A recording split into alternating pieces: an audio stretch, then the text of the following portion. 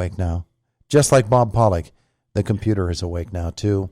It is St. Patrick's Day, and Bob is hiding because he doesn't want to answer questions about shamrocks.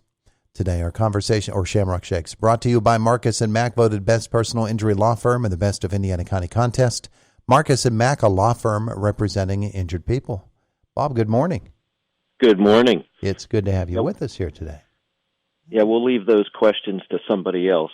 Yeah. The Shamrock Shake questions? Yes. You like those? You a Shamrock Shake guy? No? Not particularly. Okay. But it's probably just the color more than anything else, right? No, it's the mint. Mint should not be in a shamrock, in a shake. Sorry. Mint should not be in ice cream either, because it's just like eating frozen toothpaste. But that's just my opinion. Mint chocolate chip is not your favorite. No, that doesn't work for me. Doesn't work. Hey, let's talk a little bit of bug news here today. We are coming out of what was a very, very mild winter, and we think about bugs, and as much as we consider them to be pests, some of them, they are quite essential for our environment and for the food supply and for many other purposes in the world. How are the bugs after a mild winter as opposed to what would be a more typical winter around these parts? Yes, we have all kind of beneficial insects that, some are help us pollinate crops. There's other beneficial insects that eat bad insects. So those predator types of insects. And then we've also have our pest insects that either, might attack us or might attack the crops we want to eat or grow for various purposes. But it's amazing how all these different types of insects live and survive, and the associations that they have with some are very particular they almost need a plant to continue their development. So if they need that particular plant as a food source, and if it's not there, then they may not survive. And then there's others that are very generalist insects that, if this plant's not here, I'll eat on one of 100 others.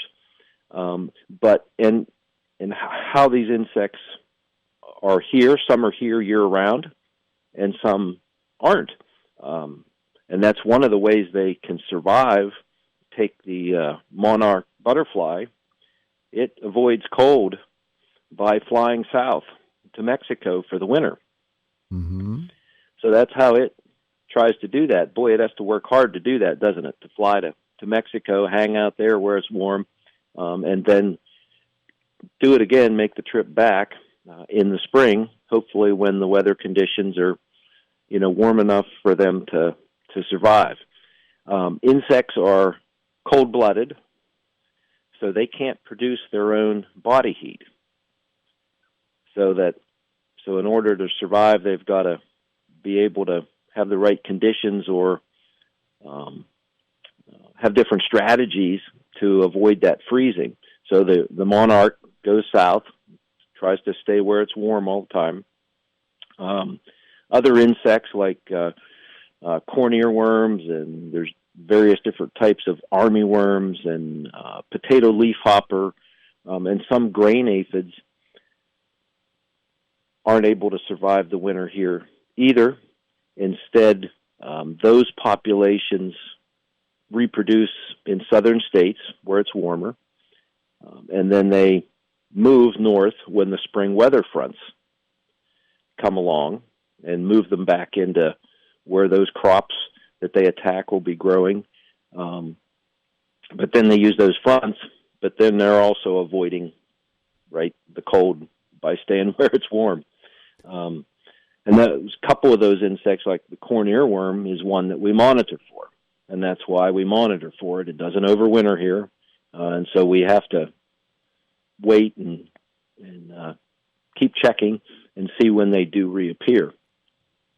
And then there's other ones that can almost put antifreeze in their system. and they will accumulate that. And they don't. Well, there's two different types. One's like a freeze tolerant. Some insects are freeze tolerant, so they can actually form ice crystals in their body by producing proteins that control that freezing process. So they can actually kind of freeze themselves and still be able to survive that. And then there's other ones that are freeze avoidant. So they can accumulate antifreeze in their cells prior to winter, and those are just specialized carbohydrates, and that lowers the freezing point of their body fluid, preventing the formation of ice crystals. So kind of very different ways to do that. Yeah, I was reading in PennLive.com about what they're calling a pest apocalypse that might be coming with all of the insects that were able to survive the winter and not have any problem with reestablishing themselves in the spring. That it could be a really buggy type of year for us, and already we're hearing that ticks are going to be again a big problem, and we know ticks are a big problem here in Indiana County. Yeah, that's right, and so depending on what kind of weather conditions we get, some of these insects haven't had to use some of those skills they have this winter because it's been milder, or it's been easier for them.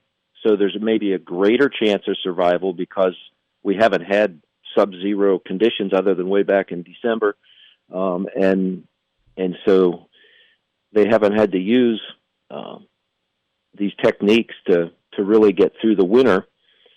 But what's coming up is, as the days get longer and things get warmer, and plants start to, the buds start to swell and the leaves start to come out, the insects will do the same thing. They're going to be coming out of their whatever stage they're in for the winter, and then they're going to need food in many cases. So they need to have the plants that they feed on available.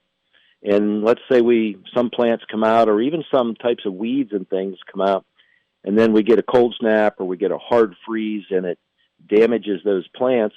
Well, then that can also affect those insects, because if that plant's not there to feed on as a food source, they may still be relying on the fats that they had in their bodies to get them through the winter.